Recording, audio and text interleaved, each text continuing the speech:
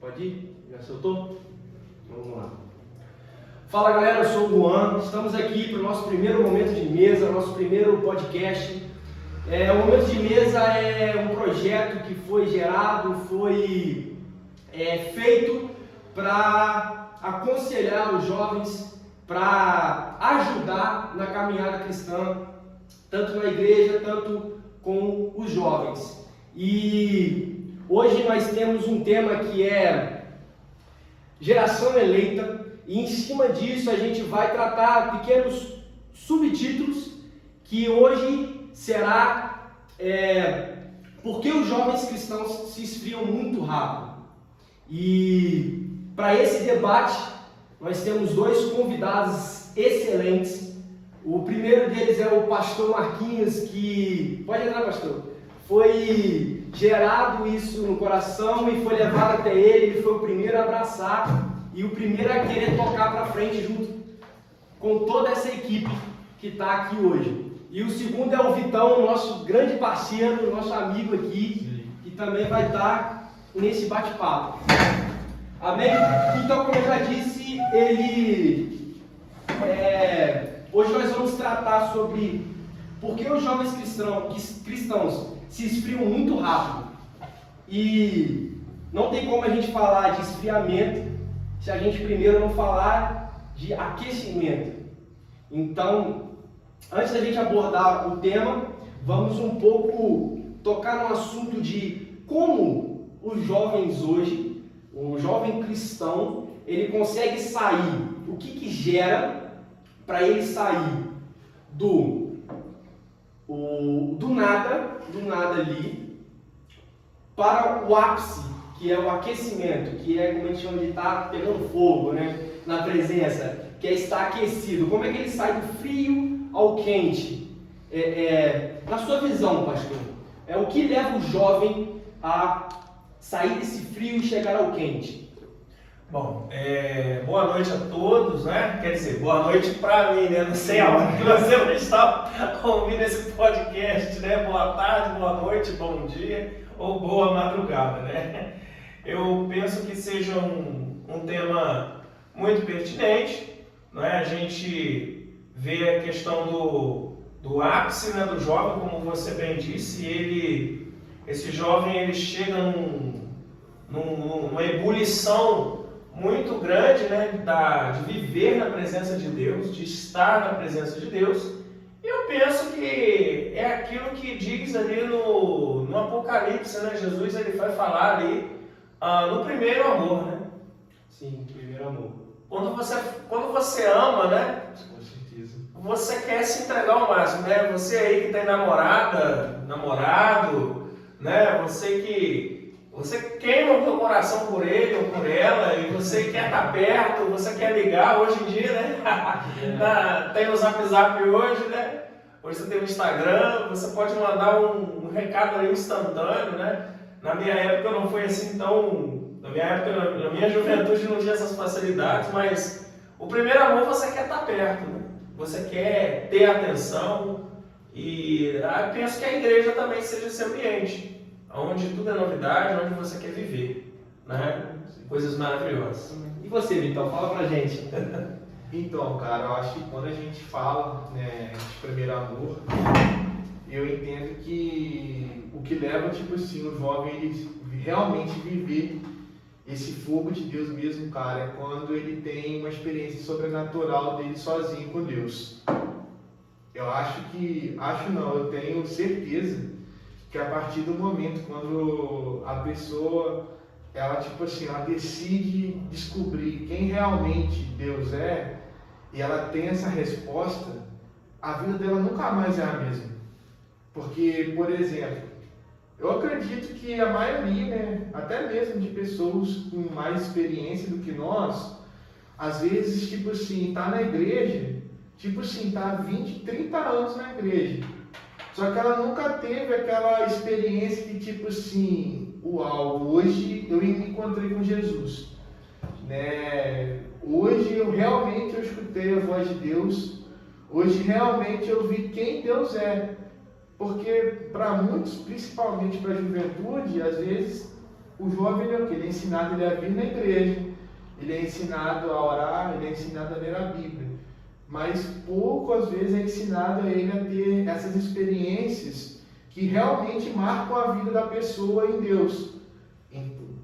Não sei se eu consegui ser muito claro, mas todos os meus amigos, todas as pessoas que quando eu comecei a evangelizar, eu sempre falava para elas: busca você mesmo ter a sua própria experiência com Deus, para que você venha falar que a sua vida nunca mais vai ser a mesma.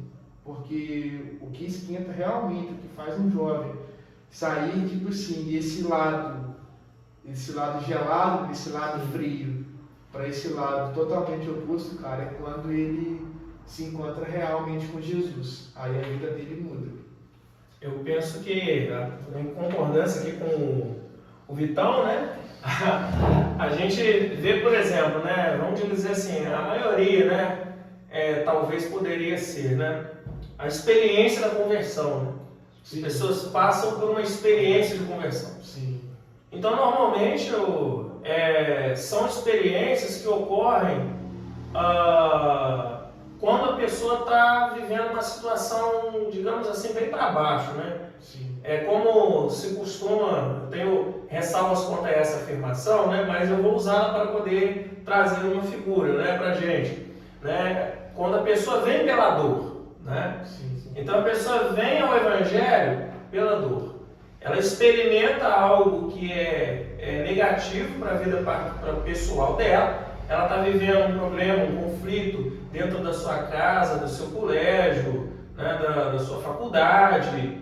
E ela chega, digamos, ali ao fundo do poço. E naquela situação ela se encontra, como o Vitão falou aqui, ela se encontra com Jesus. E ali a palavra penetra no coração dessa pessoa, desse jovem, né? E aquele jovem, então, tem algo sobrenatural na vida dele, né? Ele tem esse up, né, na vida dele, e ele quer viver aquilo todo dia de forma muito intensa. Ele busca, de fato, viver todo esse amor, né? Porque ele encontrou realmente um lugarzinho, uma resposta para aquilo que ele não tinha. E o mais interessante de tudo, eu lembro quando eu me converti, né, porque eu tive primeiro um processo de libertação, mas depois eu tive realmente o meu encontro com Jesus, que foi em dezembro de 2013, que foi no History. Eu lembro que quando eu voltei do History, lá em 2013, eu tive a minha maior experiência que eu tive com isso, com essa parte do primeiro amor, era a questão da oração. Eu me lembro que eu orava 3 vezes ao dia, mais ou menos 2, 3 horas. E tipo assim, eu não sentia peso nenhum, porque o que eu recebi naquele lugar me impactou de tal forma que aquilo que eu sentia, eu queria passar para as outras pessoas. Eu só queria saber daquilo, porque, como eu falei, quando o jovem, ele é tipo assim, ele é ensinado a fazer somente aquele básico, e ele não busca ter essa coisa a mais, geralmente às vezes ele pode entrar em conflitos internos, pode criar um monte de coisa na cabeça, de se achar que Deus não está ouvindo, de se achar que ele não é tão bom. Só que quando a pessoa, ela realmente se encontra com a realidade de quem Jesus é, cara, a vida dela nunca mais é a mesma. A vida dela nunca mais é verdade, de fato. E isso faz toda a diferença, né? Sim. Porque, de fato, o Evangelho ele chega, né, Juan?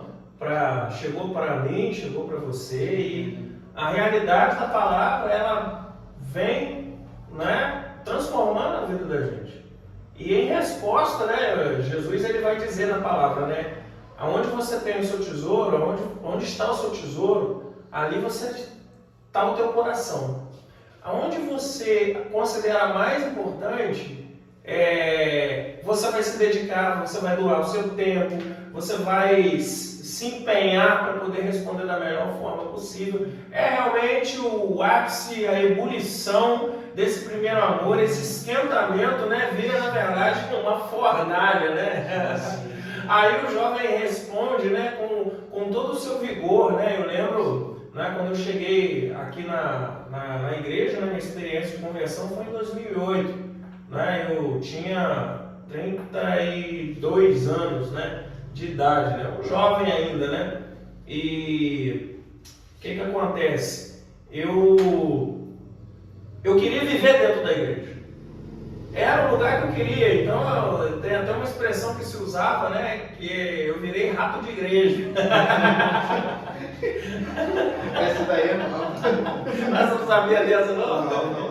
Então, eu virei rato de igreja. Porque, ou seja, eu estou em todas as frestas, eu estou em todos os lugares, onde me dá a oportunidade, eu tô lá, né? Então eu estava aqui no nosso ambiente aqui metodista, eu estava na terceira idade, eu estava na sociedade de homens, eu estava no ministério de oração, envolvido no louvor, ou seja, você quer queimar a lenha à vontade dentro desse lugar.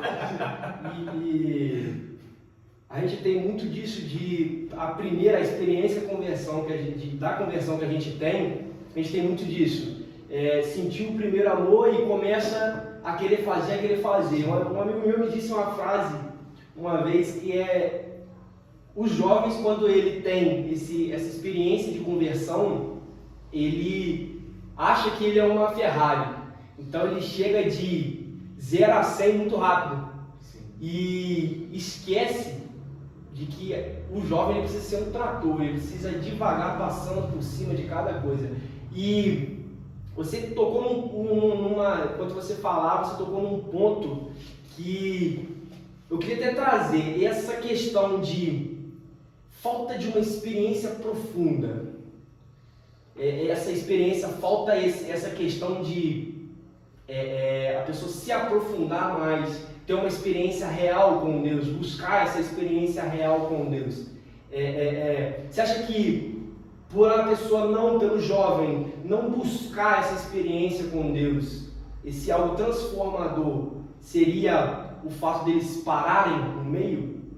Porque ele chega, tem a primeira paixão e quer ser uma Ferrari, quer ir embora, mas se esquece de viver o sobrenatural, de ter experiências profundas. Você acha que nesse ponto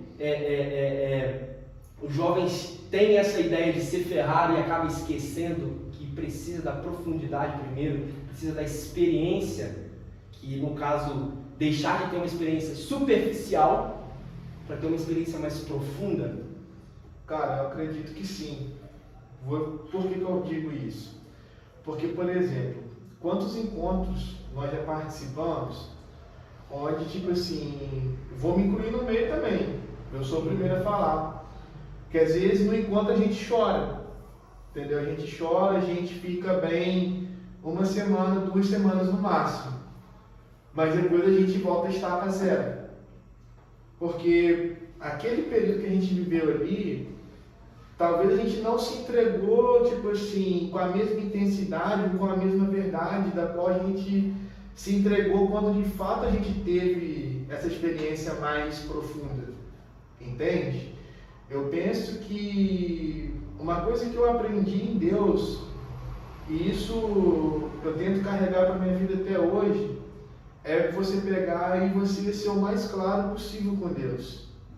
É você pegar e realmente falar: Jesus, eu sou essa pessoa aqui, eu quero ter experiência, eu não estou conseguindo, eu tenho essa dificuldade com isso aqui, eu tenho esse problema aqui, me ajuda a romper, sabe? É você literalmente, você já ir declarando para Jesus o que você quer, onde você quer chegar.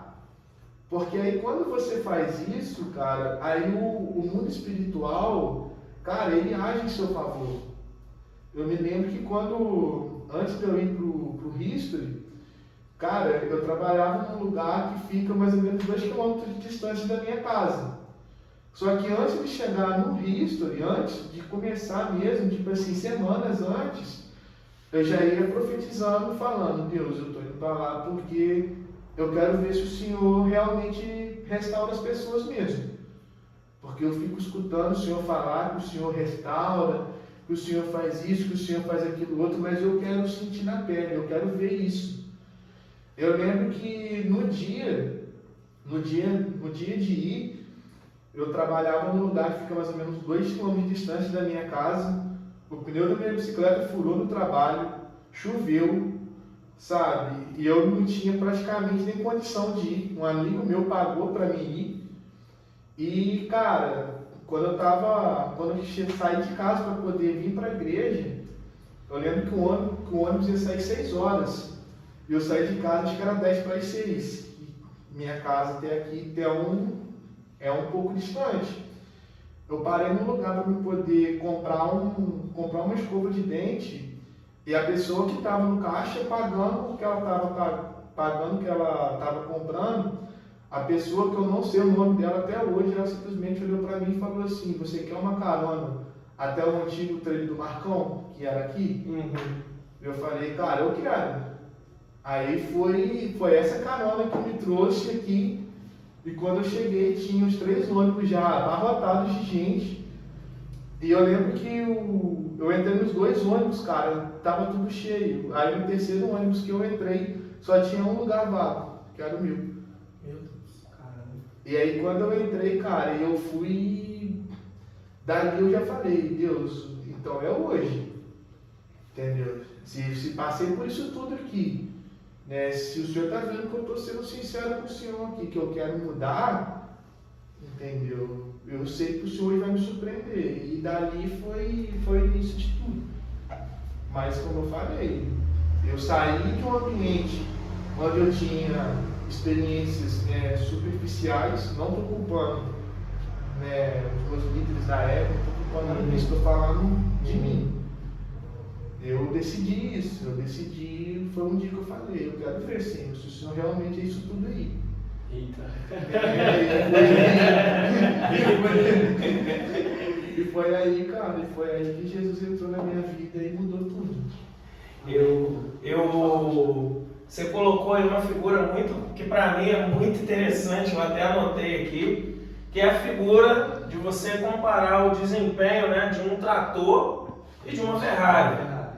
Então, você coloca a figura, por exemplo, do jovem, né, que seria uma Ferrari. Sim. Esse jovem, ele chega em 0 a 100, né, na empolgação, de forma muito rápida. E ele atinge o ápice, ou seja, ele mostra para que ele veio, ele mostra de muito rapidamente. Só que o que acontece? O contraponto disso foi o trator. O trator, ele não tem a mesma beleza, ele não tem a mesma estética, né? E, no entanto, ele consegue manter uma carga maior mais tempo. Não se dá para poder rebocar uma carreta com uma Ferrari. Você não consegue isso no projeto de uma Ferrari. Ela foi feita para uma velocidade, ela não foi feita para carregar peso, não é?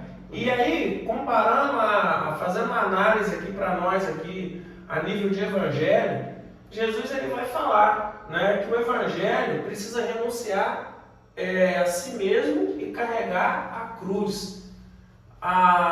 O viver o evangelho impõe um peso, impõe uma responsabilidade, né? E se o jovem for uma Ferrari, ele não vai dar conta do trabalho. Ele não vai dar conta do trabalho, porque tem que ser trator para levar o evangelho. Sim. Tem que respeitar o processo, porque há uma responsabilidade, há um peso, né? Vamos colocar assim uma linguagem clara, há um peso e que rápido não tem como a gente fazer. Não dá, a beleza aí que tá, né? Às vezes o ápice, né? Porque eu atinjo muito fácil, ou seja, eu vou na empolgação, eu já alcanço a minha mãe, eu já chamo meu pai, eu já chamo meu vizinho para Deus, sabe? Tá todo mundo dentro da igreja, então eu estou naquela empolgação.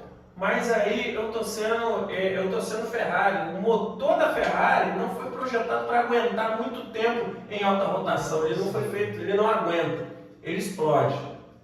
Já o trator não.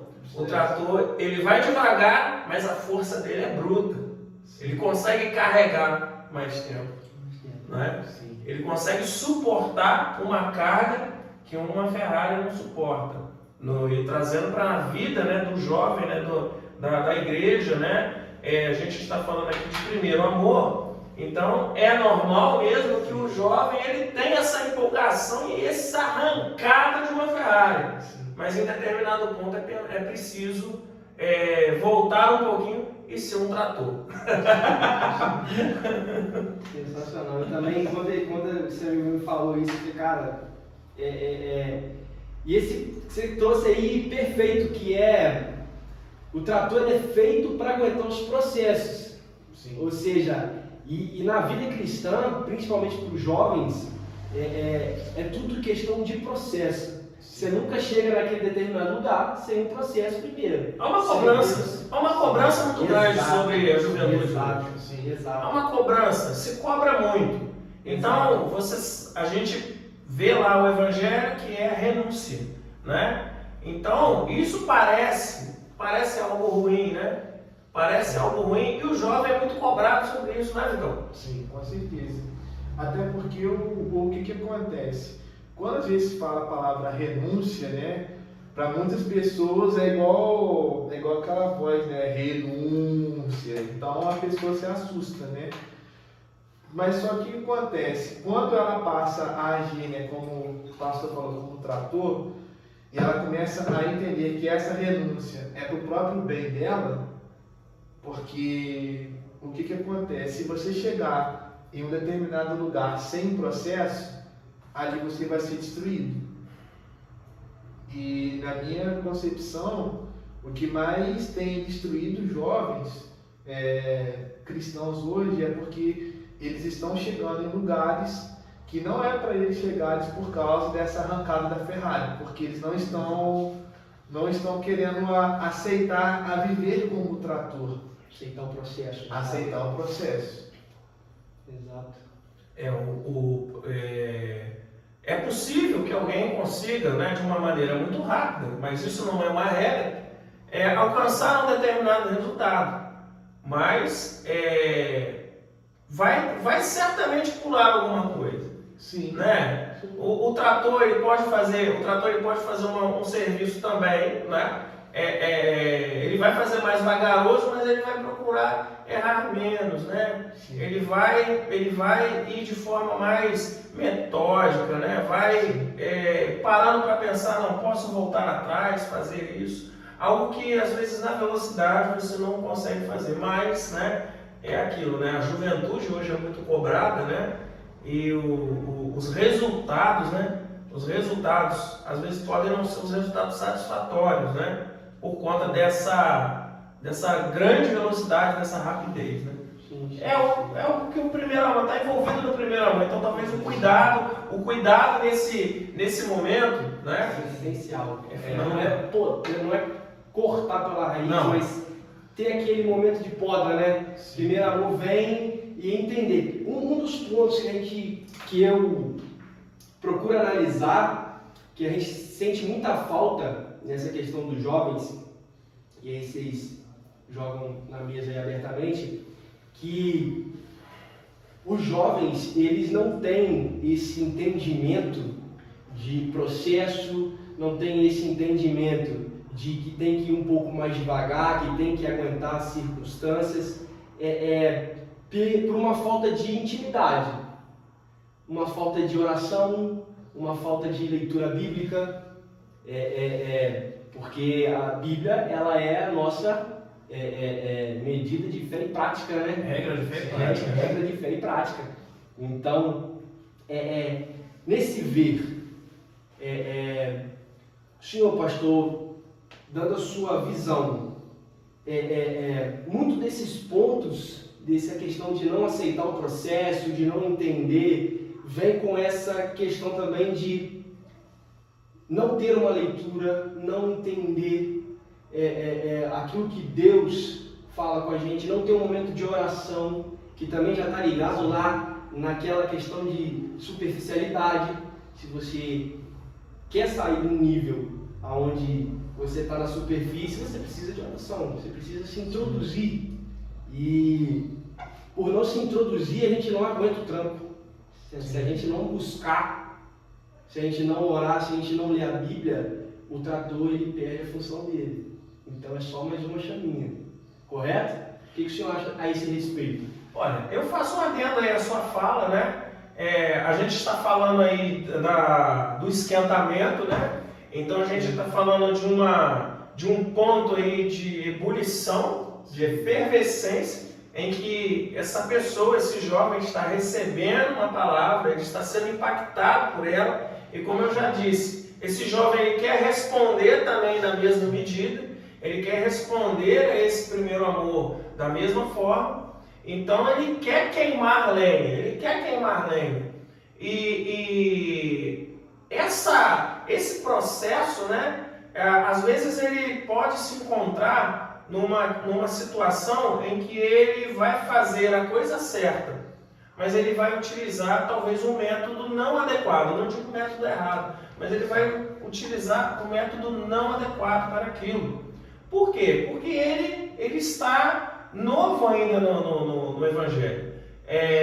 Não dá para esperar, né, que ele domine todas as áreas ou se aperceba, né, de que está cometendo algum excesso, né?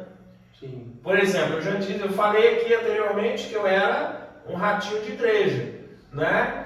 Eu transitava por todos os ministérios aqui da igreja, né? Só que isso, num determinado tempo, passou a ser prejudicial para mim. Sim. Por quê? A minha ânsia de querer responder a todos os ministérios estava me cansando. Estava me derrotando. Eu estava fazendo as coisas certas, eu estava respondendo. O Ministério de Louvor precisava, eu estava lá. O Ministério das Mulheres precisava, eu estava lá ajudando. Os homens, igualmente, né? Santuário, eu estava em todos os lugares, em todos os tempos, só não estava no Ministério Pastoral. Né? Porque se me desse dar também, eu queria estar lá também. Vamos que hoje é pastor, né?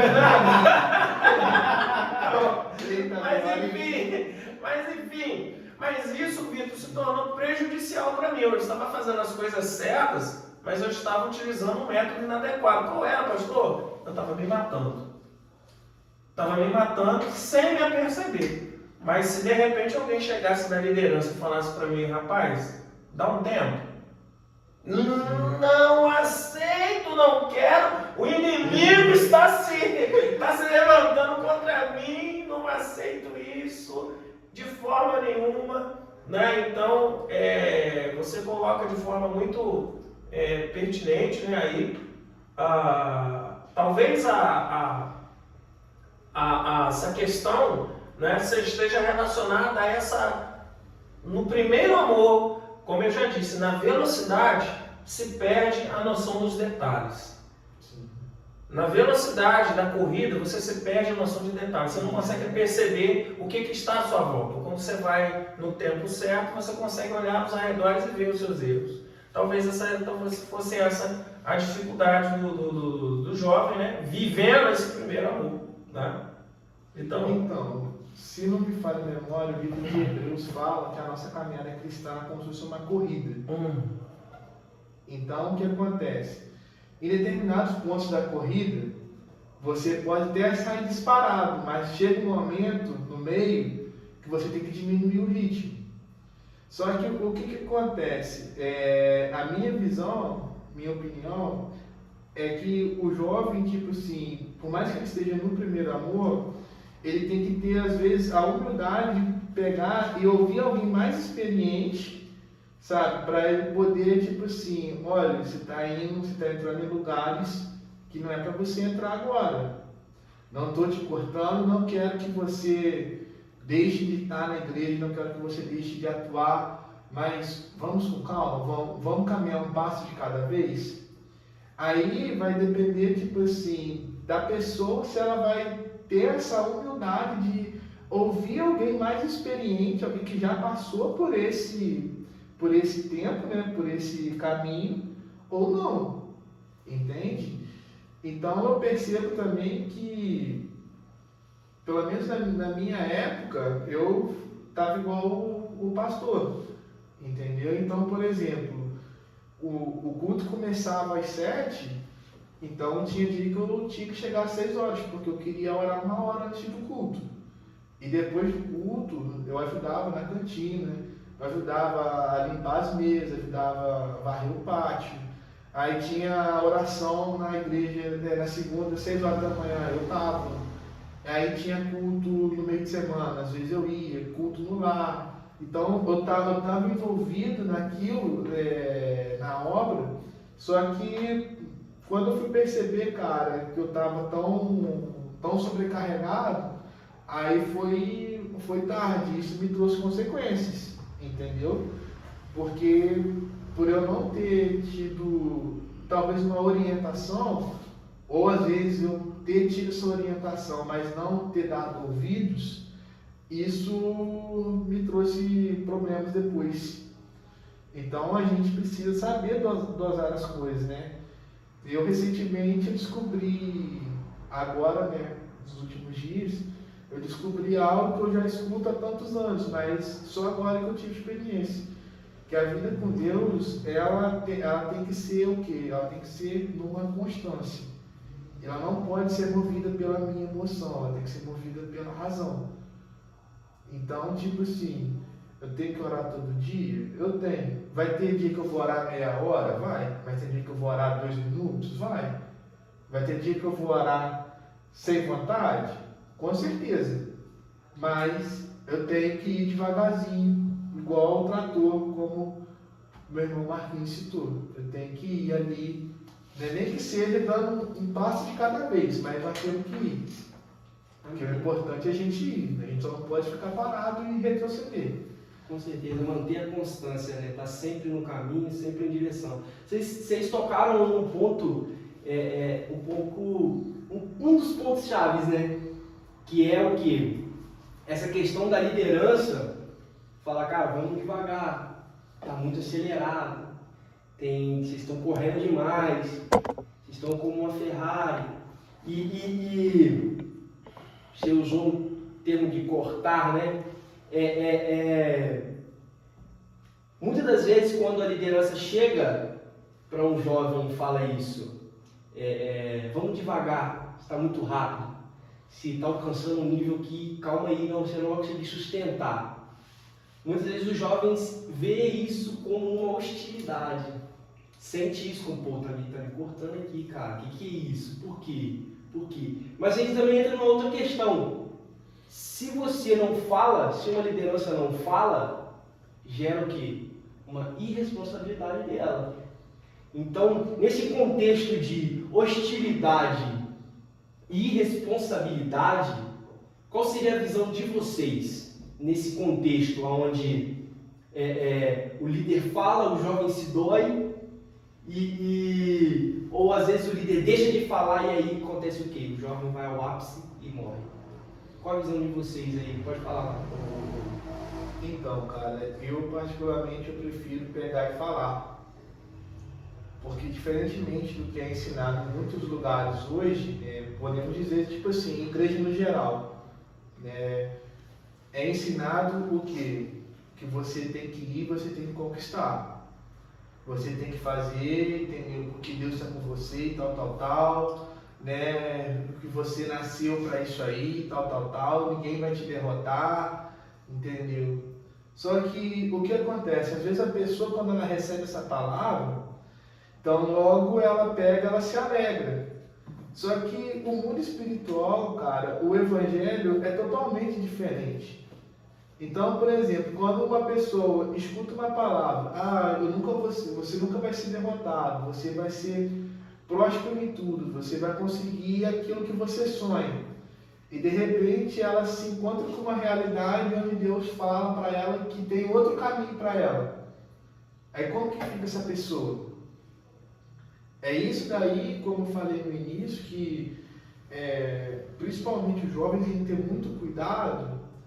Porque o que acontece? Se ele chega e começa a adentrar em lugares que não é para ele entrar e que ele já está entrando por causa da velocidade da Ferrari, ele vai se perder. Ele vai se perder, porque o mundo espiritual, ele é real, entende?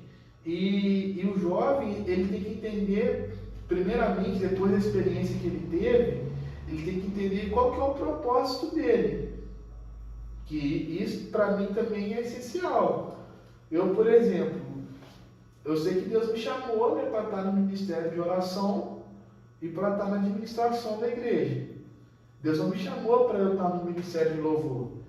Mas, vamos supor, se eu pegar e falar assim, eu vou entrar no ministério de louvor, né, pelas minhas experiências que eu tenho e tal, por mais que eu venha ter uma experiência com Deus, se eu entrar nesse lugar, isso vai me fazer mal. Então, eu prefiro que a liderança, né, às vezes até eu mesmo, se eu puder orientar e falar com alguém sobre isso, ensinar, meu irmão, vamos um passo de cada vez, vamos caminhar junto, entendeu? Não vamos apressar as coisas, mas sempre, claro, incentivando, entendeu? A gente só não pode cortar as asas da pessoa, mas você pode ir dosando, você pode ir ensinando. Que isso para mim é o essencial. Jesus fazia isso, né? Jesus fez isso com discípulos e faz com todos nós até hoje. Por mais que a gente venha ter uma certa idade, por mais que a gente já venha ter tido diversas experiências com Deus, até hoje Jesus fala algumas coisas comigo. Vitor, não entra nesse lugar. Não é para você mexer agora. Entendeu? Calma aí. Eu gosto muito, estou até com um texto aqui, não vou falar, não vou citá-lo, mas eu vou parafraseá-lo, né? É o texto de Ezequiel 33, que fala do ofício do verdadeiro atalaia. Né? Então, é aquele que dá aviso. O atalaia, no tempo antigo, era aquele que ficava nas torres de vigia. Então, se viesse um adversário, se viesse um inimigo, um exército inimigo, ou sei lá o que, uma ameaça qualquer, né? Ele ia e dava o aviso para quem estava dentro da construção fortificada. Então ele era constituído por atalaia, ou em outras linguagens, né, vai dizer sentinela. Então ele via o perigo e avisava. Cabia a quem estava dentro da fortificação se dar por avisado e tomar as devidas precauções. Então, Ezequiel vai, né, o próprio Deus vai falar para Ezequiel, e ele vai falar desse atalaia, que o dever nosso é dar o aviso quando a espada vier. O perigo está chegando. Eu preciso avisar o meu liderado. Eu preciso avisar o meu liderado. Como eu disse aqui, né, citando a mim mesmo, né, às vezes eu posso estar me matando, eu não estou vendo isso, mas o meu líder, aquele que está sobre mim, ele vai ter uma visão pela sua experiência, ele vai ter essa percepção e vai notar que eu estou me matando, que eu vou me prejudicar. Então ele precisa realmente, na minha opinião, ser um atalaia na minha vida, né? Ele precisa me avisar, né, daquilo que eu estou cometendo de erro, né? Eu gosto muito de um provérbio que vai dizer, acho que Provérbios 27, 5 e 6, que vai dizer, quem fere por amor demonstra lealdade. Aí vai dizer assim, leais são as feridas feitas pelo amigo que ama, mas os beijos do inimigo são enganosos. Então, nem sempre o corte, a poda, né, aquilo que traz dor, é de fato algo que vai trazer prejuízo para a gente. Às vezes está levando a gente para um momento de crescimento. Por outro lado também, Juan, eu penso também ser essa questão que você tratou aí da hostilidade, né? Da hostilidade do outro contraponto que você colocou, de responsabilidade, né? É a questão de, enquanto eu líder, eu estar também de olho na evolução desse meu liderado que está vivendo o primeiro amor. Eu preciso ali ter um olhar muito apurado, né? Um olhar, como um olhar de mais experiência. Eu não posso deixar que esse irmão, essa irmã, ela venha queimar até se tostar. Eu não posso deixar que ela queime ao ponto de virar um carvão, se carbonizar todinho. Não posso deixar que ela faça isso. Eu preciso gerar nela algo no coração dela, ajudá-la, melhor dizendo, essa pessoa, a gerar algo renovável toda a vida, que é a palavra de Deus que se renova todo dia. Então eu preciso trazer um renovo na vida dela para que amanhã ela venha queimar novamente, queimar de forma intensa. Mas para isso eu não posso ser negligente, porque a palavra dessa de Ezequiel, né, do Atalaia, também vai dizer a parte A e a parte B do Ezequiel 33. Vai falar daquele que faz o dever dele e também vai falar do Atalaia que não faz. Sim. Né? Então, o Atalaia, que a gente percebe que na segunda parte, Deus ele vai falar, olha, mas se você não avisar e essa pessoa se estrepar, eu estou tratando para a linguagem moderna para nós. Se você não avisar e ela se estrepar, beleza, ela vai se estrepar, só que a responsabilidade, Deus dizendo, é tua. O sangue dela vai correr na tua cabeça. Você vai dar conta dessa pessoa. Então eu penso que essa questão do líder, da pessoa que está vivendo o primeiro amor, mas de repente ela encontra uma dificuldade, suposta dificuldade, né? O líder vai dizer para ela, não, pisa no freio um pouquinho. Talvez também pode ser uma derrapada desse líder também em não trabalhar essa pessoa. Sim. Você falou uma coisa que me chamou a atenção, que eu sempre fui muito fascinado sobre isso, que é o fato da pessoa, você falou sobre a pessoa queimar até tostar, né? Até acabar. Mas você sempre me chamou a atenção quando Moisés tem o primeiro encontro com Deus, a sarça ardente. A sarça ardente é algo surreal, porque sarça ardente é madeira. Madeira quando queima, tosta. Vira brasa, acabou, vira cinzas. Mas a sarça ardente se queimava, mas não se consumia. E isso é extremamente importante entender na caminhada. Isso só se aprende saindo da superficialidade, começando a oração, a leitura, e entender principalmente que quando vem a poda, quando o seu líder, no caso, a liderança, o seu responsável espiritualmente, né? Dizendo assim, a pessoa que é responsável por você espiritualmente, às vezes te corta, é entender que, tem algo melhor, tem algo para vir. E os jovens hoje, uma das causas de se esfriarem é isso, não entendem que é uma poda, não está cortando, simplesmente está podando um pouco aqui, um pouco ali, e se sente ofendido. A igreja agora já não é para mim mais. Tocou num ponto que eu não quero mais, tocou num ponto que para mim já é religiosidade. E aí a gente bate religiosidade. A desculpa maior dos jovens é religiosidade. Eu não posso fazer isso por quê? Religiosidade. A igreja virou hostil para mim porque o quê? Religiosidade. E isso, a religiosidade acaba afetando a vida cristã.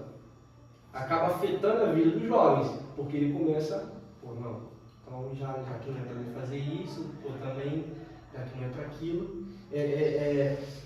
Então, mas também tem que entender que precisa dessa poda, não é? Mas Juan, há uma questão também que às vezes aí eu falo como igreja, que se esquece também que esse jovem, né, ele não vive da casa para a igreja, da igreja para a sua casa. Ele vive no mundo. Ele vive no mundo onde ele vai na farmácia, onde ele vai na faculdade, onde, né, ele vai no trabalho. Então ele vive num ambiente, como a gente fala, né, um ambiente plural, um ambiente diverso. Nesse ambiente diverso, ele vai ter contato com várias formas de pensar, com várias formas de se expressar, né? Então ele vai ter esse contato aí. Então, a importância da gente controlar, aí é um tratamento lá atrás, né? Que a gente vai fazer, falamos do primeiro amor, né? Então, controlar essa chama, né? Controlar no bom sentido, né? Não no sentido de dominar, mas de ensinar a canalizar a força, que é isso que o trator faz, ele canaliza a força chega de forma organizada. Organizar essa força, essa empolgação para que ela possa ser duradoura. Então, na nossa caminhada, né, a gente precisa ter esse tipo de tratamento, né? O líder ele precisa conduzir esse jovem, né? Porque essa madeira, essa empolgação, ela não pode acabar, não é, Vitor? Sim, a empolgação dela, né? Com Deus. Com Deus, isso, de fato, isso. Entende? Mas o que acontece? Eu penso que nós que somos ovelhas, é melhor você ser podado pelo seu líder do que você ser podado por Deus. Porque quando Deus nos poda, geralmente a gente fica triste e em determinados momentos, né, a gente até se revolta, né? E tem pessoas que até perdem, no caso, a fé por causa disso. Mas em contrapartida disso, o que eu aconselharia para os jovens de hoje? Primeira coisa, tenham humildade para poder ouvir os mais velhos. Tenham humildade para poder ouvir quem tem mais experiência na caminhada. Porque é muito melhor eu aprender com quem já passou do que eu mesmo pegar e cair dentro de um buraco que talvez eu demore anos para poder sair de lá. E talvez se eu escutar esse líder, se eu escutar essa pessoa que é responsável espiritualmente da minha vida, eu não fazer e eu não cometer, no caso, o erro, eu não preciso cair lá. Entende? Só que eu preciso ter humildade no coração. Eu preciso, às vezes, abaixar a minha bola, porque, por muitas das vezes, uma coisa que pode acontecer é quando a gente está lá queimando, né, de amor por Jesus, quando a gente está lá naquela empolgação, às vezes a gente esquece, cara, que eu tenho que pegar e eu tenho que ouvir, eu tenho que ser humilde. E às vezes a gente quer fazer tudo e não quer ouvir as outras pessoas, né? A gente meio que cria uma soberba, né, espiritualmente falando, que é aquilo, não, por eu ter vivido isso, então não preciso ouvir o que o pastor Marquinhos está falando. Mas só que o pastor Marquinhos, ele é trator, mas eu estou sendo Ferrari. Exato. Entende? Então, o jovem cristão, se eu pudesse dar um conselho para o Vitor de 18, de 20 anos, eu aconselharia ele a pegar e a ouvir os líderes. Eu aconselharia ele a pegar e falar assim, cara, vai com calma. Não entra. O sábio é aquele que aprende com o erro do outro, né? Exatamente. Não entra nesses caminhos que tu tá entrando. A Bíblia vai dizer, né? É interessante, o Vitão colocou um negócio interessante que a palavra vai dizer, né? Ensina o sábio que ele se tornará mais sábio. Então parece um contrassenso, né? Parece um contrassenso. Poxa, esse cara, né? Como é que ele é um sábio? Como é que ele aprende mais, né? Você vai ensinar a ele o quê? O que tem para aprender? Isso é uma coisa que eu tenho aprendido ao longo dos meus estudos em educação, né? É que ninguém sabe tudo. E o sábio que se coloca na posição de aprendiz, né? Ele realmente está sendo sábio porque ele está sendo humilde para dizer que ele nunca chegou lá. Ele nunca é pleno, ele nunca está completo. Ele tem sempre alguma coisa para poder, no caso, aprender, né?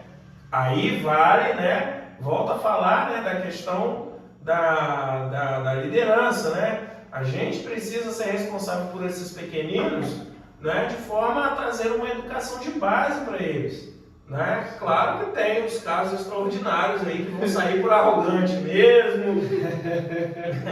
Mas eu estou dizendo assim, a educação de base ela é algo que é fundamental, porque se eu estou queimando no primeiro amor, como eu já disse aqui, eu preciso que a minha força seja uma força coordenada, que seja organizada, né? Eu acredito que a gente, em algum momento, né, a gente trabalhou de forma desordenada. Hoje a gente trabalha de forma mais equilibrada na nossa caminhada de fé. É a gente também ensinar, né, aqueles que estão se chegando, né, de que o Evangelho é algo que traz uma responsabilidade, traz um peso, mas que numa caminhada de fé, Jesus também vai dizer, né, vem, troca o seu fardo comigo que eu vou tornar a sua caminhada leve. Né? É alguém que está caminhando, né, junto com a gente. O esfriamento, talvez ele caminha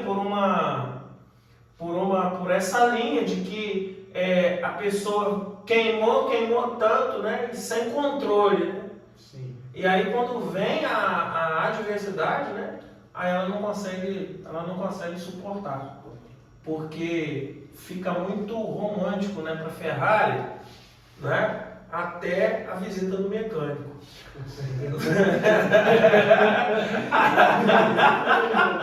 Sensacional. O trator é mais baratinho, né? Aí vai na empolgação, né? Na hora que, né, precisa fazer a primeira troca de pastilha. Rapaz, eu não sabia que era uma facada dessa.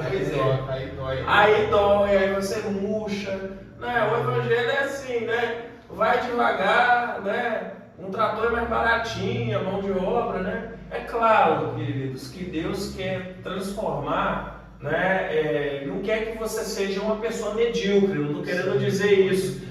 Você tem que se contentar sempre com a feiura, né, de um trator, né? Não, mas Deus chama, né, a juventude. A própria carta de João vai dizer, né, que na juventude existe força. E a sua força colocada diante daquele que é todo poderoso vai se tornar algo belo, você vai voar. Você não vai andar igual uma Ferrari, você vai voar. E a gente tratando desse tema, né, subtítulo no caso, que é por que os jovens cristãos se esfriam muito rápido, acredito que também possa ter a ver um pouco com a questão da vida cristã, né? Porque você é cobrado,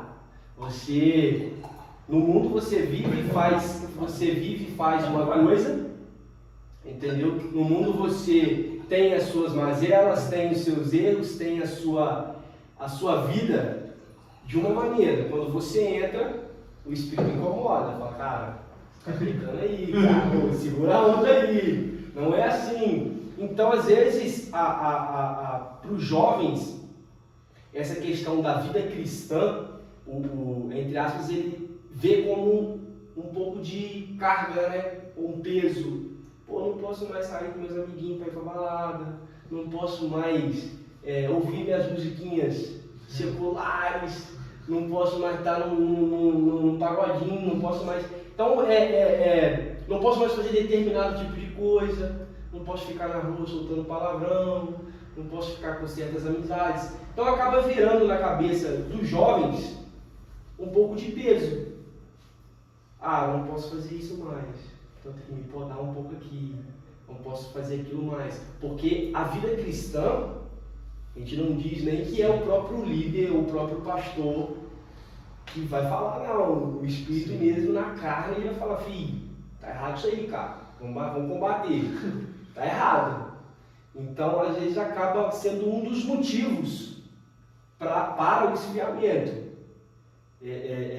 Essa questão da vida cristã, o largar tudo, pegar a cruz e seguir Jesus, entendeu? Na sua visão.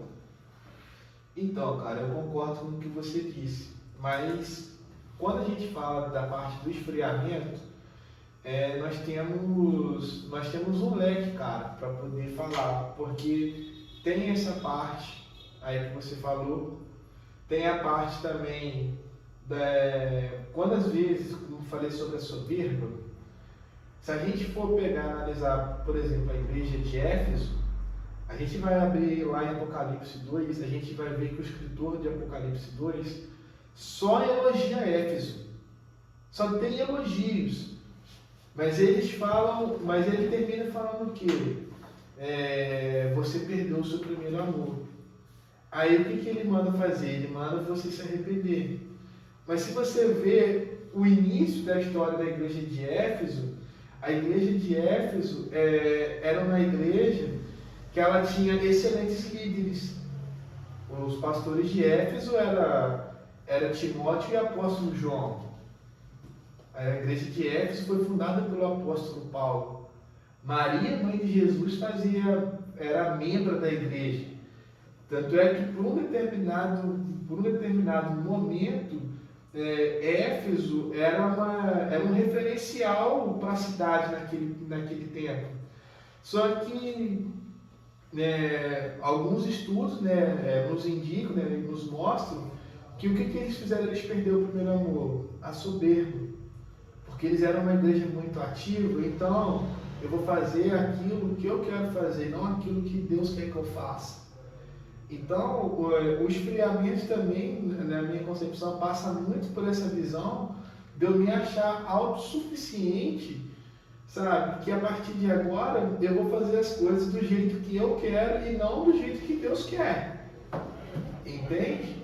Porque quando a gente bate de frente com essa realidade, que Deus quer esse caminho para mim aqui, mas eu quero esse, e se eu vou bater de frente com Deus e vou permanecer nesse aqui, porque eu acho que esse caminho aqui para mim é o melhor, eu já esfriei, eu já perdi. Eu até estava falando com um amigo meu hoje no trabalho, comigo, com a minha pessoa, Deus fez tudo o contrário. Deus me quebrou muito nisso. Eu queria seguir uma profissão, Deus me jogou para outra. Eu queria fazer uma coisa, Deus falava, não, você vai fazer isso. E o que acontece? Pela misericórdia de Deus, e também por ouvir outras pessoas mais experientes, porque eu não escutava tudo, mas eu escutava alguma coisa. Eu entendi que eu tenho que seguir aquilo que Deus quer, e não aquilo que eu quero. Porque se eu seguir aquilo que Deus quer, ali eu sei que eu estou no caminho de constância que Ele quer que eu siga. Mas se eu vou pelo meu caminho, é certeza que eu vou cair. É certeza que eu vou me destruir. Mais cedo ou mais tarde, só questão de tempo. Colaborando com aquilo que o Vitão está dizendo aí, quero trazer um exemplo bíblico aqui. Lá na carta de Colossenses 4:4, tem uma pessoa, que diz assim, saúda-vos Lucas, o médico amado, e Demas. Aí tem lá em Filemão 1:4, Paulo agradecendo os seus colaboradores de ministério, e ele vai falar assim, em Filemão 1:24, ele vai dizer assim, assim como Marcos, Aristarco, Demas e Lucas, meus cooperadores. Que privilégio, gente! Ser cooperador de Paulo, ser citado por Paulo, Só que lá na segunda carta de Timóteo, no capítulo 4, verso 10, Paulo está escrevendo a Timóteo, Paulo está preso, encarcerado, e ele vai dizer assim, pois Demas me abandonou, tendo amado o presente século. Impressionante como alguém que estava queimando na presença de Deus ao lado de Paulo. Gente. A gente não está falando gente que andou com o pastor Marquinhos, que andou com o Juan, com o pastor Fabiano, não. Gente que andou com o apóstolo Paulo, gente. O apóstolo Paulo, O camarada lá que foi chamado por Jesus, lá em Atos no capítulo 9. Então, a gente está falando de uma pessoa, se a Bíblia vai citar, é porque essa pessoa é realmente de grande importância. Mas perceba que até mesmo um camarada que estava do lado de Paulo, o cara se desviou, o cara se esfriou. Ele diz aqui, Paulo dizendo, ele abandonou Paulo. Sim. significa que ele largou de banda. Paulo não estava nem sabendo onde está Demas. Onde está Demas? Cara, ele está lá chapando o coco lá. Ó. Ele está pegando geral aí, Demas aí. Mas como? Parece, a palavra de Paulo aqui nos parece que é uma palavra de surpresa, né? Demas me abandonou. Mas por que ele abandonou, Juan? Abandonou amando aquele tempo. As coisas daquele tempo. Retoma a minha fala, né, de alguns minutos atrás, de que o jovem hoje ele está dentro de uma realidade social em que concorrem muitas formas de se pensar. Concorrem muitas correntes de pensamento, muitas filosofias, né? Muitas situações que tentam convencer, né, de que aquilo é bom. Mas só que dentro de uma boa ação, eu posso ter um princípio errado, um princípio maligno. Sim. Dentro de uma ação que parece boa, eu posso estar aplicando ali um princípio maligno, algo que vai trazer não benefício, mas vai trazer prejuízo, né? Então, o jovem ele concorre com essas formas de se pensar. E aí, por ele entender, né? Por ele olhar para essas coisas à sua volta como Demas olhou, ele passa a ser questionador. Sim. Ele passa a olhar para o Vitão, mas o Vitão está me ensinando isso, mas eu não vejo dessa forma não. Outras coisas começam a ocupar o coração. Volto à minha fala no trabalho de bases. É a gente pegar e minimizar, não quer dizer que vai anular ou vai zerar, bom, glória a Deus se for, né? Zerar o problema, mas a questão toda para mim fundamental é fazer uma educação de base, né? Onde essa pessoa vai, como eu já disse aqui, queimar o combustível, mas da maneira ordenada, de forma que ele não venha se desgastar e começar a olhar para os lados. Porque aqui a gente vê claramente que Deus olhou para o lado e achou aquilo ali, poxa, gostei daquilo. Eu vou olhar para aquilo ali. Não, eu vou olhando para o pagodinho, eu vou ali, e o Evangelho, você vai falar, mas na época de Jesus não tinha isso, tá certo? Mas existem valores que lá são os mesmos aqui. Valores como verdade, valores como honestidade, valores como ter um bom caráter. Isso ainda vale hoje aqui, né? No dia de lá. Então o desafio de Jesus, né? O desafio de servir, né? O Evangelho, de estar, né? Vivendo o Evangelho, também traz essa proposta de que a pessoa vai ser também um bom cidadão, uma boa cidadã também. Vai responder bem, né? Enfim. Né? Então, a gente vive realmente um desafio muito grande da nossa juventude. O esfriamento lança essa questão aqui, né? O esfriamento ocorre a partir do momento em que o jovem começa a flertar. O jovem cristão ele começa a flertar com outras coisas. Isso é, para mim, prejudicial. Pois é. Cara, sensacional, esse papo está sensacional. A gente falando sobre essa questão de esfriamento, sobre essa questão de o jovem tá lá no morno, né? Acelerou a Ferrari, caiu no morno e se esfriou. Como acredito que desse papo aqui, o jovem que assistir ele vai ter essa visão, mas para a gente poder frisar, eu tenho 3 perguntas aqui que Responder para a gente poder frisar isso no jovem cristão hoje. Para a gente frisar no jovem cristão hoje. Como não se esfriar? Qual é assim a caminhada que a gente tem que fazer, o caminho que a gente tem que trilhar para não se esfriar? Na sua visão pastoral, pastor, o jovem hoje, ele deve orar mais, ler mais, ouvir mais? Como ele deve se manter no caminho como um trator, não se permitir desviar? Olha, existem alguns caminhos que eu poderia indicar, mas um dos que para mim talvez assim mais importantes, assim, que fizeram muita diferença na minha vida é aquilo que diz no Salmo 133. Quão bom e quão suave é que os irmãos vivam em união.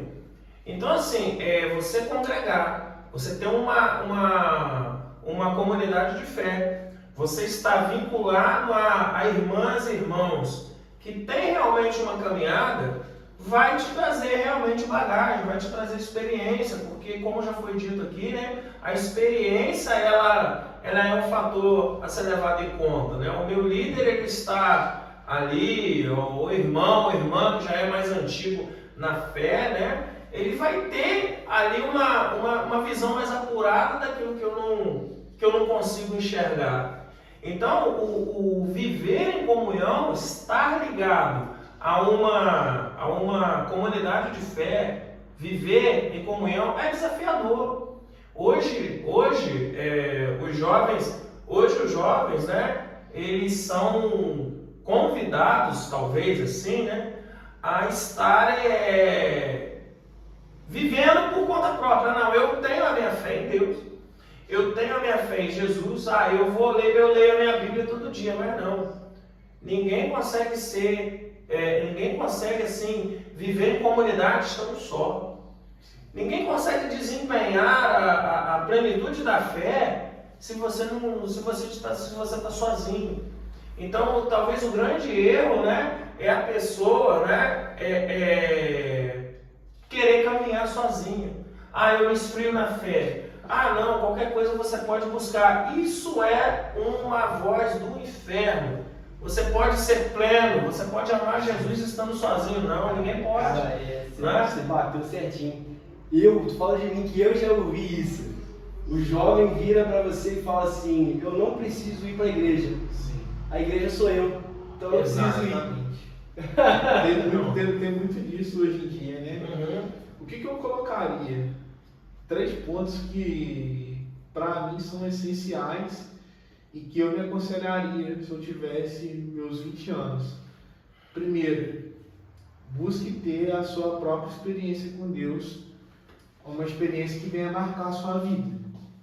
Não adianta você ter uma experiência que você vai chorar uma semana, vai fazer você vir no culto uma semana, mas depois você não vai ter raiz. Busque ter essa experiência com Deus para você criar raízes nele, a ponto de você pegar e falar assim: a minha vida nunca mais é a mesma. Esse para mim seria o primeiro ponto, para ele não se esfriar. Segundo, escute pessoas mais experientes. Porque se você escutar pessoas mais experientes, pessoas que têm uma caminhada de fé, pessoas que já venceram guerras espirituais, que passaram por dores que nós não temos noção, essas pessoas elas têm muito a nos ensinar. E nós precisamos aprender a ouvir essas pessoas.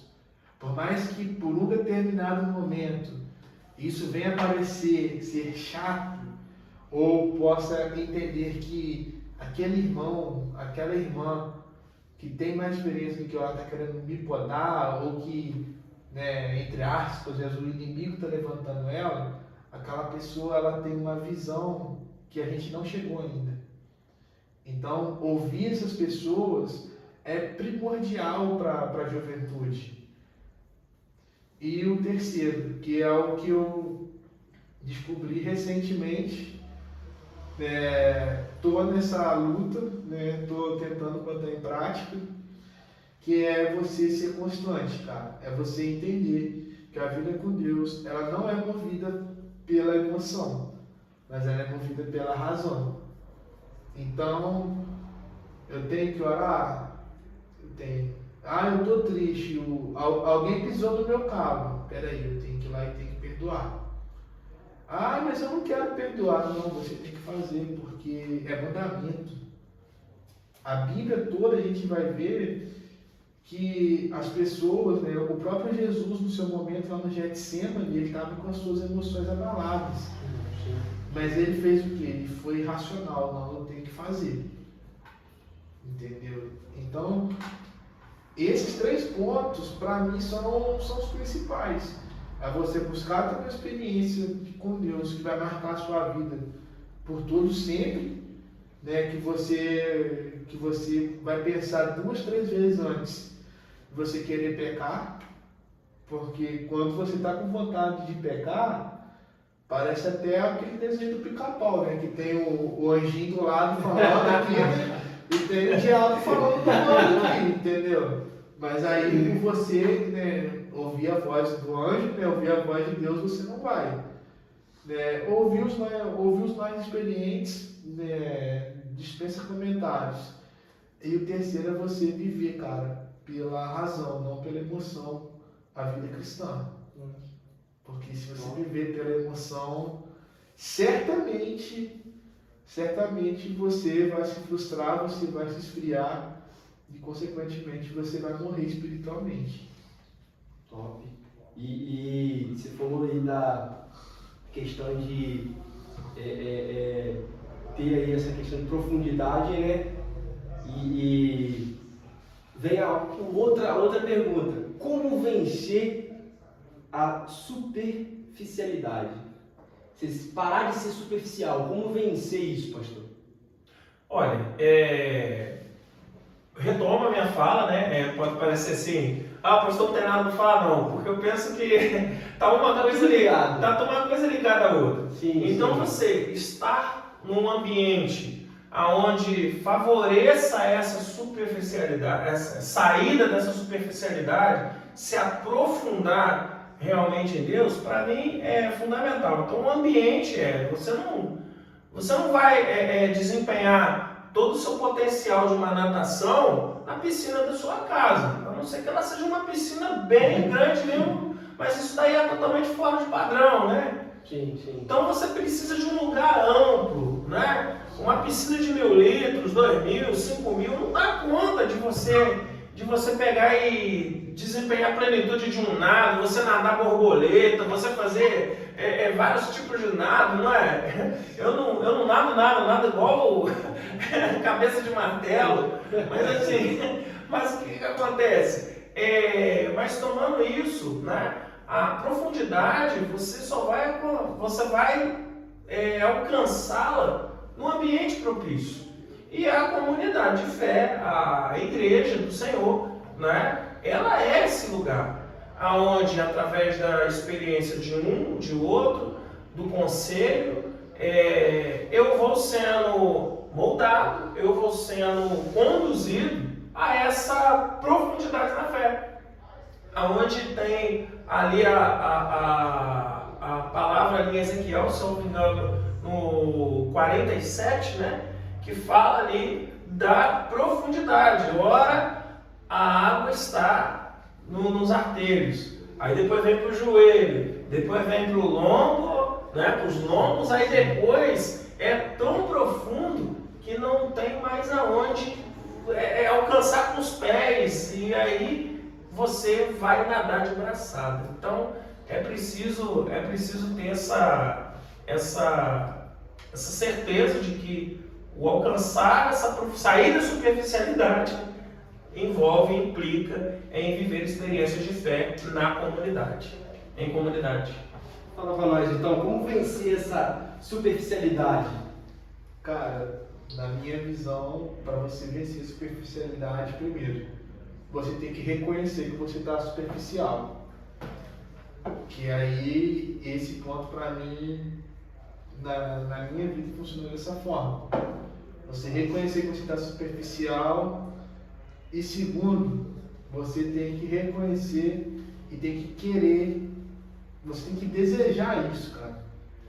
Você tem que desejar isso, tipo assim, com todo o seu coração. Pode parecer clichê o que eu estou falando, mas quando a gente quer realmente alguma coisa em Deus, quando a gente quer, por exemplo, quando a gente busca em Deus alguma coisa, cara, a gente ora de uma maneira diferente. Entende? Então, eu acredito, né, que as grandes experiências, né, que marcam a nossa vida é quando a gente está nos momentos difíceis, entendeu? Tanto é que tem até um ditado que fala, né, que mar calmo nunca fez bom marinheiro, né? Verdade. Então, tipo assim, você tem que reconhecer que você está supérfluo e você tem que desejar, cara. E essa seria a palavra. Você tem que desejar, você tem que falar assim: Jesus, eu quero saber se o Senhor faz isso aí, que o Vitor prega, se o Senhor faz isso aí, que o Marquinhos prega, se o Senhor faz isso igual a pastora, igual o pastor Fabiano prega, o irmão Jair, sabe? Eu quero ver, entendeu? Eu não quero apenas ouvir as experiências dos outros, né? Porque tem muitas pessoas que elas colecionam experiências dos outros, mas elas não têm as próprias experiências para poder contar. Sim. Então, primeiro é reconhecer que está supérfluo, e o segundo, cara, é o desejo. É o desejo de querer mudar e botar em prática aqueles 3 pontos que eu falei há um tempinho atrás. Top, sensacional. E, cara, dá até vontade de continuar. Já estamos aí. Final. Pra gente Caminhando pro final. Cara, só tem mais uma pergunta aqui. Essa pergunta aqui, na minha visão, eu acho que isso é fundamental para que os jovens não se esfriem. Que é o quê? Uma vida de leitura e oração. É você manter a sua ligação com Deus, é você manter o seu tempo diário, é você buscar conhecer o coração de Deus, né? Seja por meio da palavra, seja por meio da oração. Então, como ter uma vida de oração e leitura? Como estabelecer essa vida de oração e leitura? Tem essa fórmula mágica? Como a gente consegue manter nesse caminho de leitura e oração? Fala, pastor, pra gente. Olha, eu finalizo minha fala dizendo algo muito prático, né? Vamos uma receitinha bíblica aqui, que está lá, né, no Jeremias 33:3. Buscar-me-eis e me achareis quando me buscar de todo o coração, né? E o Salmo ainda vai dizer lá: perto está o Senhor daqueles que têm coração quebrantado. Ou seja, a condição para você se tornar alguém que se dedique mesmo ao Senhor, que mantenha uma leitura, um ritmo de leitura, um ritmo de oração, é entender que Deus é importante na vida. Porque a partir do momento que você busca Ele de todo o teu coração, Ele se faz encontrado. Ele está lá. Ó, eu estou disponível. Se você me buscar de todo o coração, eu estou aqui, tá? Eu estou aqui. Ele vai dizer até na madrugada. Eu estou perto até de que se você buscar de madrugada. Seria uma palavra como se fosse colocar Deus como uma prioridade. Exatamente, né? Por que a madrugada? O pessoal costuma falar, não, porque a fila é menor. Não tem essa. A fila é menor, não é fila menor. Essa daí é clara. Gente, a madrugada ué. Mas a madrugada, o que é a madrugada? Gente, imagina uma madrugada fria, se acordar para dobrar o seu joelho no chão. Tem que ter disposição. Tem que entender que Deus é muito importante, que aquilo não pode deixar de ser feito. Então você vai buscar de madrugada, e aqueles que buscam pela madrugada me acharão. É Deus que fala isso na palavra dele. Justamente porque a madrugada é um lugarzinho que você está no melhor sono, está tranquilo, está bonitinho. Então, é querer buscar de todo o coração a Deus. Se faz indispensável você buscar de todo o coração. E você vai encontrar. Fala para nós então. Rapaz, disciplina, cara. Disciplina. Essa é a palavra que mais o Senhor tem me ensinado nos últimos dias. Disciplina. É você estabelecer um horário, um tempo que você vai estar com Deus. E, cara, e quando chegar esse horário, você tem que pegar e esquecer de tudo para você ter esse momento. A disciplina, por um momento, cara, ela dói. Mas depois, quando ela vira um hábito, cara, aí você gera intimidade com Deus. Igual se a gente for ver dentro da palavra, Daniel ele sempre orava no mesmo horário. Né? E a gente vê na Bíblia quem foi Daniel, né? O grande homem de Deus que ele foi, né? O quão íntimo de Deus ele era. Porque ele estabeleceu no coração que ele não iria se corromper, que ele não iria se contaminar, e ele tinha uma vida disciplinada de oração. Eu acho que a disciplina na oração, na leitura da palavra, principalmente nos dias de hoje, cara, é isso daí que sustenta, que vai nos sustentar, é isso daí que vai nos dar força para poder dizer não para o pecado, é isso daí que vai nos fortalecer, cara, quando o dia mal bater. Porque o dia mal, ele vai bater, a gente não sabe o dia, mas se a gente tiver nessa pegada, de botar Deus como prioridade, como o pastor Marquinhos falou, e ter essa disciplina de você orar todo dia. Orar, eu digo, você não precisa ficar 1 hora falando com Deus, mas 5 minutos que você tem com Deus, mas que é sincero, mas que é de todo o coração, como o pastor falou, a partir daquele momento ali o seu dia muda. A tristeza que talvez você vai entrar naquele momento, aquela tristeza vai embora. Aquela resposta que você quer, talvez ela saia no mesmo dia, ou, sabe, eu falo porque eu vivi isso recentemente, entendeu? Eu fiz um propósito de 9 dias direto, estabelecendo um horário, porque eu passei por uma situação bem pesada recentemente familiar, e depois, né, que a poeira baixou, o Espírito de Deus falou comigo claramente. Você só teve estrutura por causa daqueles 9 dias que você orou. E isso daí não tem mérito nenhum meu. Eu apenas entendi que eu tenho que ser dessa forma. Sensacional. Você citou um cara grandioso nessa questão, que foi Daniel. Cara, Daniel, nossa,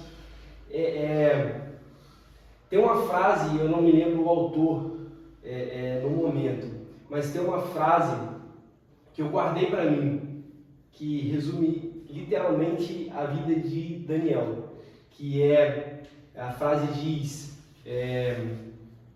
tire um tempo, um local e nunca negocies. Tire seu tempo de leitura, tire um local específico para aquilo e jamais, em hipótese alguma, negocie aquilo ali. Que resume literalmente a vida de Daniel. Sim. Daniel, mesmo contra a parede, ele manteve ali disciplina. Manteve disciplina. Porque ela não tem, formulazinha mágica. Hoje acabou, hoje eu vou manter isso. Não, mas é disciplina. É realmente você ter esse caminho.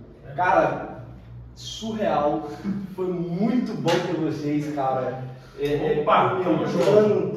Esse assunto, muito bom ter vocês explanando aí, como diz Chicão, colocando na mesa aí. Nós esgotamos o assunto, o restante fica pro culto, hein, galera? Vocês ficam aqui, ó. Nós esgotamos o assunto. Com certeza, tem mais por aí. Tem mais, muito mais pra gente entender, né? Vamos dizer assim. Vamos caminhando, né? Caminhar. Cara, foi muito bom ter vocês aqui. Obrigado por esse momento.